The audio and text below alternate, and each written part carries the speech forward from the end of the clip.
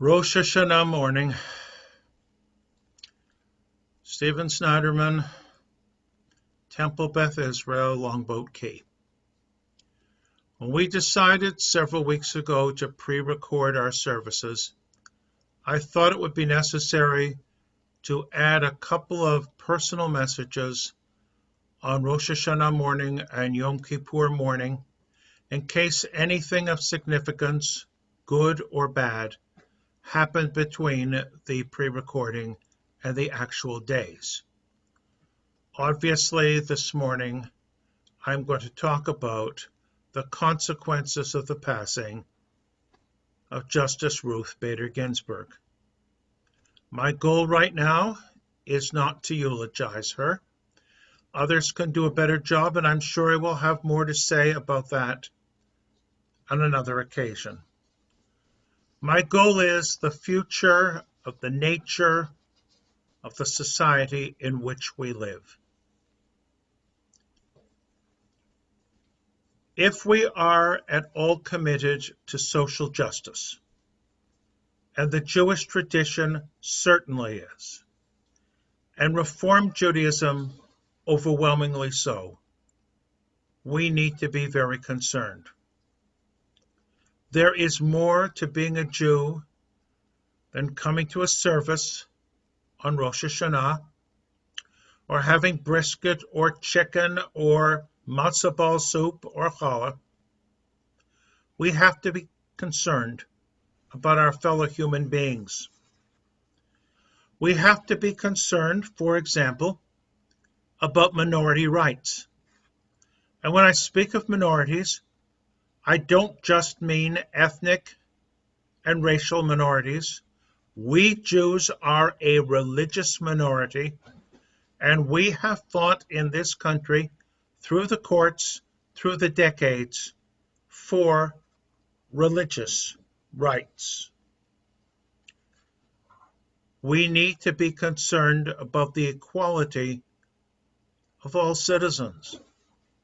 We need to be concerned about voting rights, women's rights, gender rights.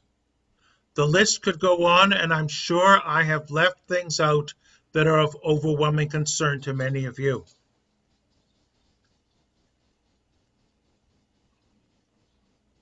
The future of the Affordable Care Act is before the court. For those of us who have pre-existing conditions, for those of us who have close family members with pre-existing conditions, for those of us who are disabled, the world could be a very, very different place. We live in a world where I think Jewishly, religiously, we need to be very careful about how we use words and terms and define them, and not let other people define them for us, or as I put it, hijack them.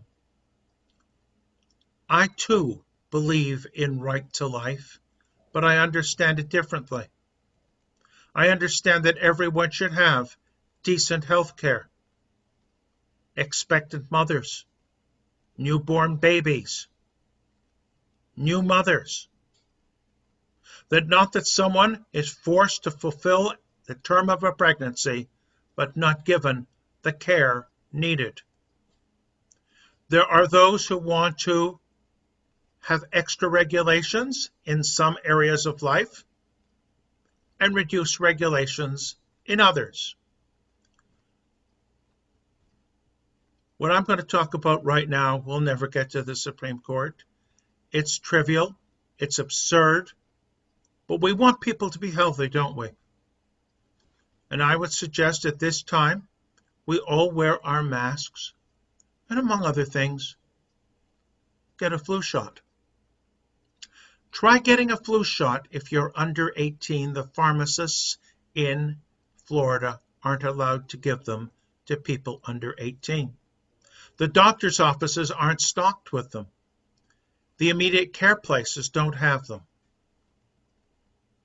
Regulations. We want people to be healthy. We want a society that protects its people. We want a society that cares about its people. And unfortunately, too much of what happens in our lives ends up in a Supreme Court decision. So from a Jewish religious perspective, this is not a matter of politics. It's not a matter of taxes. It's a matter of our religious obligation to be concerned about our fellow human beings. We will be following the events of the next few weeks and months very, very closely.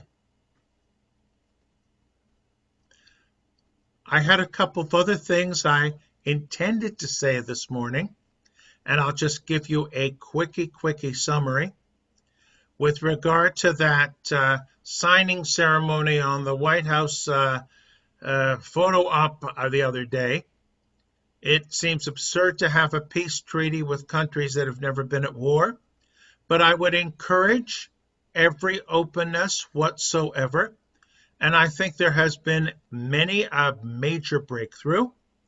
It used to be that no Muslim Arab state would have anything to do with Israel, contingent on Israel solving the Palestinian problem and giving the Palestinians their just rights, whatever that means. There is a breakthrough here. An interesting question. I don't know how many people heard it, and I have not seen the press pick up on this. When it was open for questions, and it's a dangerous business to open up questions, somebody said, and I think it was an Israeli reporter, what price did Israel have to pay for this? And Netanyahu motioned to Trump, don't answer the question. Just a piece of trivia. But we can talk more about that. I am more open to the idea of opening up discussion with others. I hope at this time of reconciliation, we can open up discussion with perhaps people we've had an argument with or a fight with.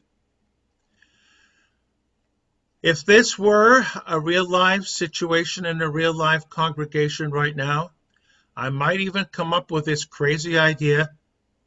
I've tried it once or twice before.